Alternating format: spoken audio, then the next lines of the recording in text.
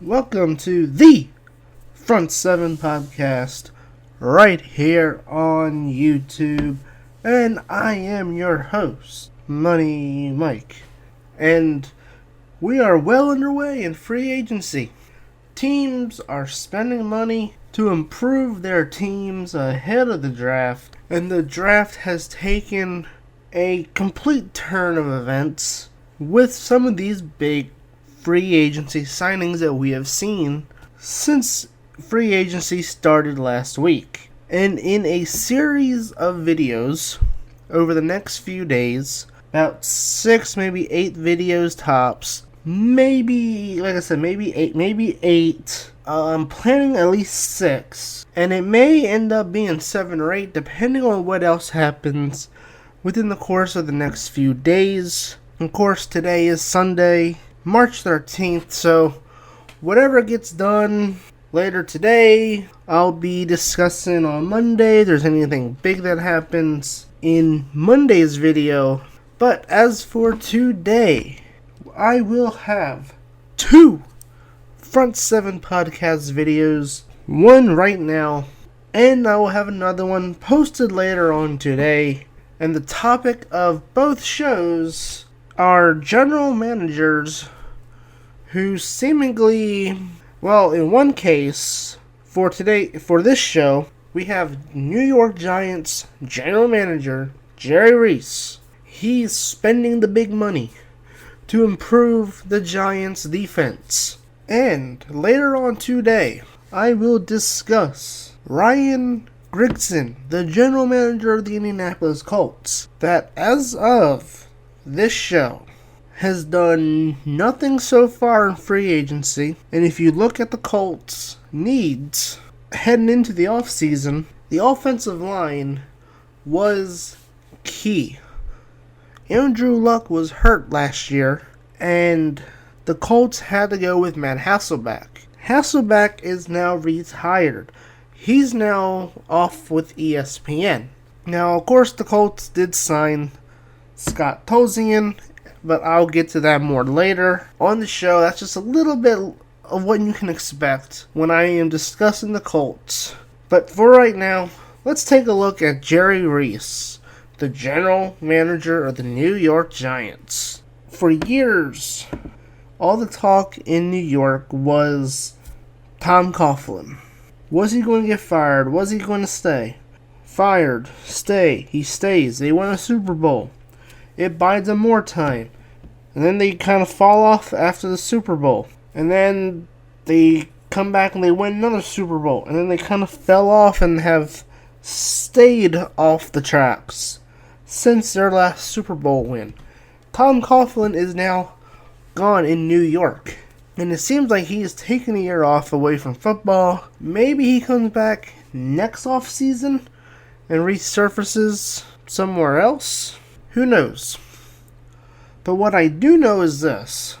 Did Tom Coughlin walking away from the Giants cause panic within Jerry Reese? Now you have to remember this. As I said, all of New York, all the talk, everything was about Tom Coughlin.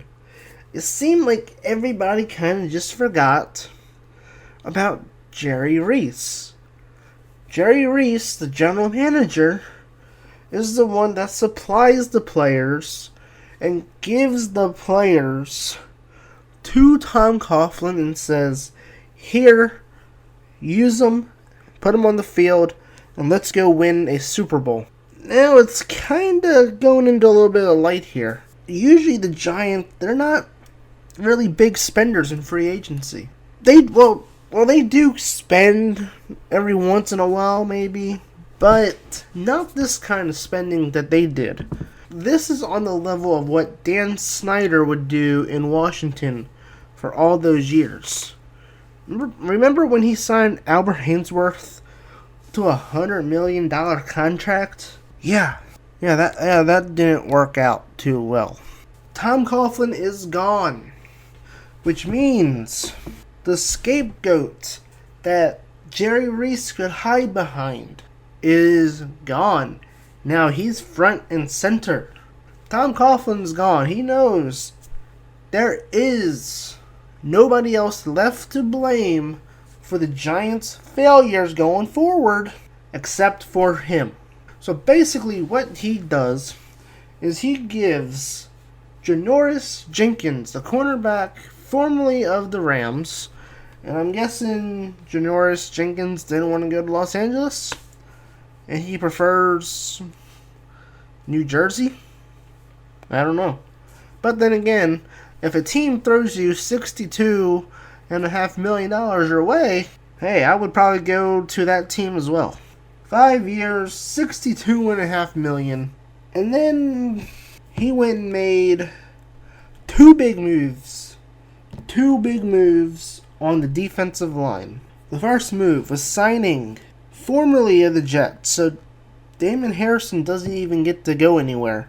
He literally just has to change his uniform to a Giants blue. He gets to stay where he is. He doesn't even get to relocate, nothing. All he's doing is changing out a Jets uniform for a Giants uniform. Damon Harrison, 5 years, $46.25 million, $24 million of it guaranteed. But the big one that everybody's talking about, the Dolphins rescinded the transition tag from Oliver Vernon, and he became a free agent, meaning the Giants went out and said, hey, we need to improve our pass rush. We re-signed Jason Pierre-Paul to a 1-year deal. Robert Ayers, they weren't interested in bringing him back, even though Oliver Vernon, 5 years, $85 million. They could have gotten Robert Ayers for cheaper. Robert Ayers signed with the Buccaneers for $21 million over 3 years. $7 million a year. That was it. So you're going to tell me that Ayers couldn't be worth that? Did Jerry Reese really just go out and let a cheaper defensive end, a cheaper pass rusher, that has been productive in your system, leave for a cheaper deal, for a mega deal, a 5-year, $85 million deal with the Giants, is what they paid Oliver Vernon, while Robert Ayers left for the sunshine of Tampa, Florida, for $7 million a year, 3 years, $21 million, and yet the Giants gave Vernon $85 million? Yeah, this reeks of a general manager trying to save his own job. As I said, there is no more Tom Coughlin. This spending spree is obviously Reese's last chance to keep his job with the Giants. Somebody tell me how often these big spending sprees actually work out in the NFL. Now granted, okay, the Jaguars and the Raiders, they had the cap money to spend, so they went out there and they spent a lot of money on free agents. But here's the key that I want you guys to understand here. The New York Giants, after Tom Coughlin left, basically, they went out and they gave Jerry Reese some help. They brought in former Giants general manager Martin Mayhew. So while Martin Mayhew was a failure in Detroit and was let go, they brought him in, and was that a kind of a pushover? Like hey, Jerry, we just brought in a former general manager. Do your job, right? I mean, is this basically what that is? An in-house replacement if they decide to fire Reese next offseason? And really, the big thing that I noticed is the Giants, they had Panthers general manager David Gettleman in their front office. At the time, the Giants chose Jerry Reese over Gettleman. Gettleman eventually landed with the Panthers. And say what you will about the Panthers, And say what you will about Gettleman. The Panthers were in the Super Bowl. They were one game away from a perfect season. And he was brought in for 2013, right?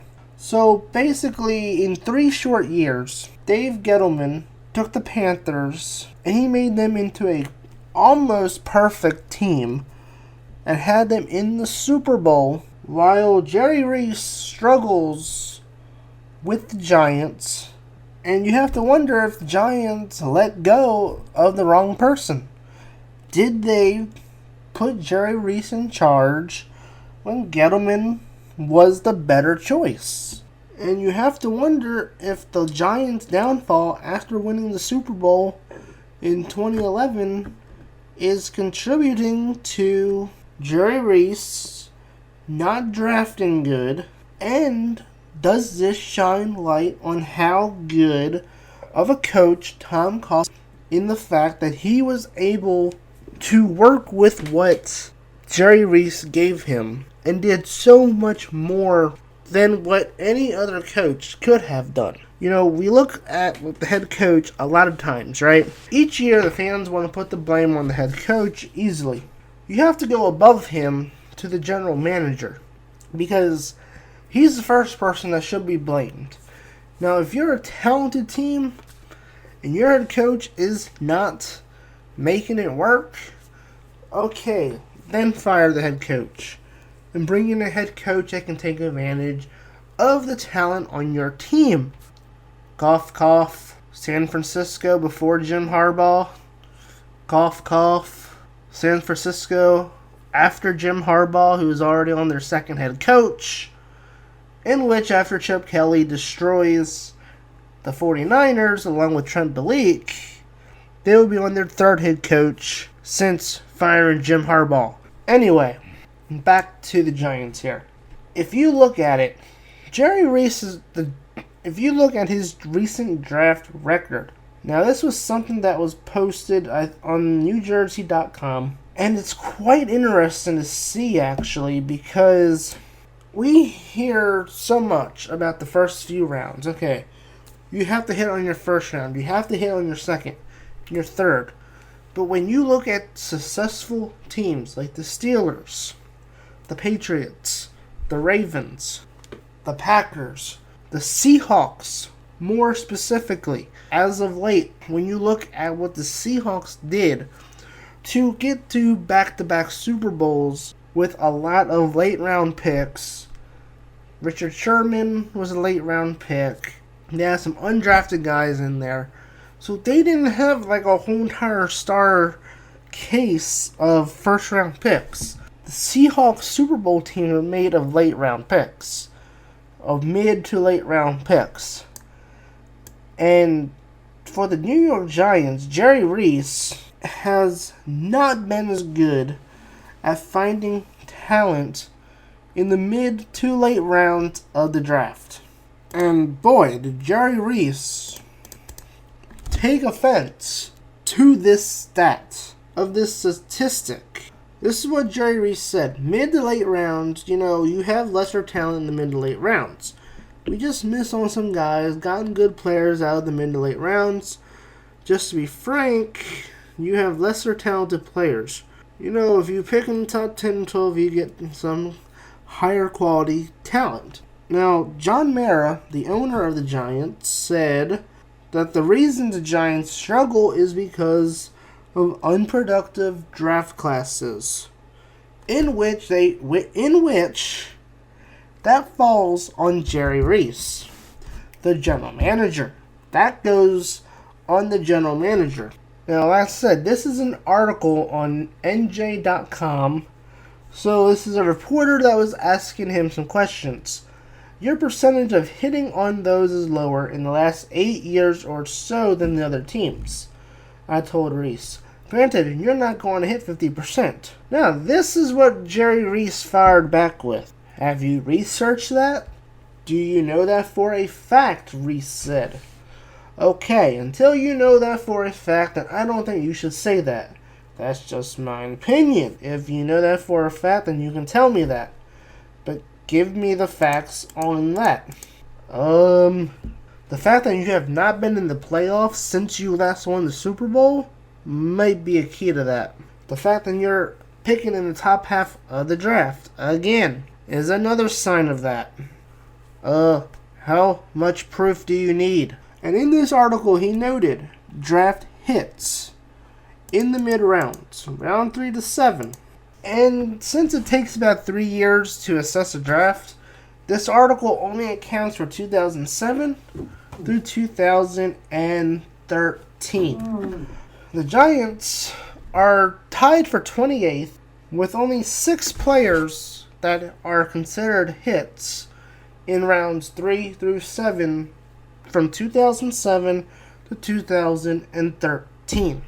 And the team that is number 1 on that list, the Green Bay Packers, with 14. That's only 8 more hits than the Giants. I don't get it.